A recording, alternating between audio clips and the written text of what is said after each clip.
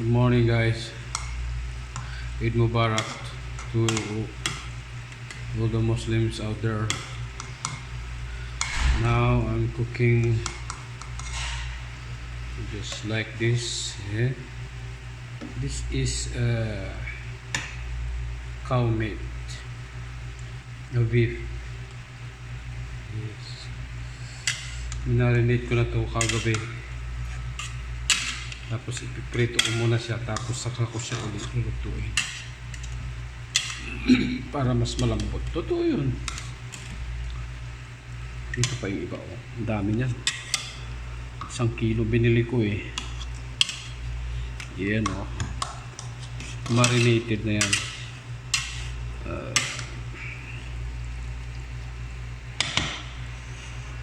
Pang-ulam, tanghalian at saka hapunan.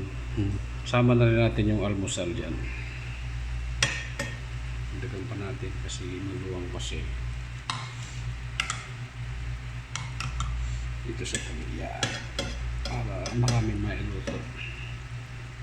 Siksikin natin ng natin para lumambot siya mamaya. Pag naprito na siya, medyo lulutuin na rin natin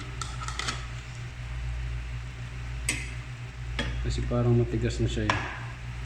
Parang matanda na yung baka. 80 years old na yata. Excuse me po. Ito yun.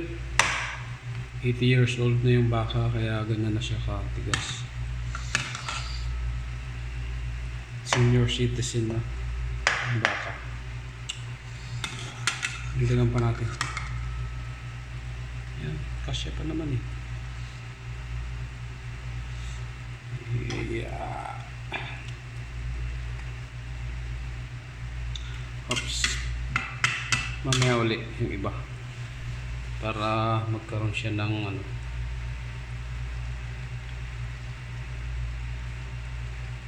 prito-prito lang natin. Dagdagan natin ng mantika para lumubog siya sa mantika. Mura naman yung mantika ngayon eh. Sale kasi ngayon. Yun. Dalawang 1.5 na mantika. So 3 liters. Lang, 21 lang. Pero pag walang sale yan, bibili mo siya ng isang 1.5 ay 21 real. So ngayon mura siya kasi Ramadan.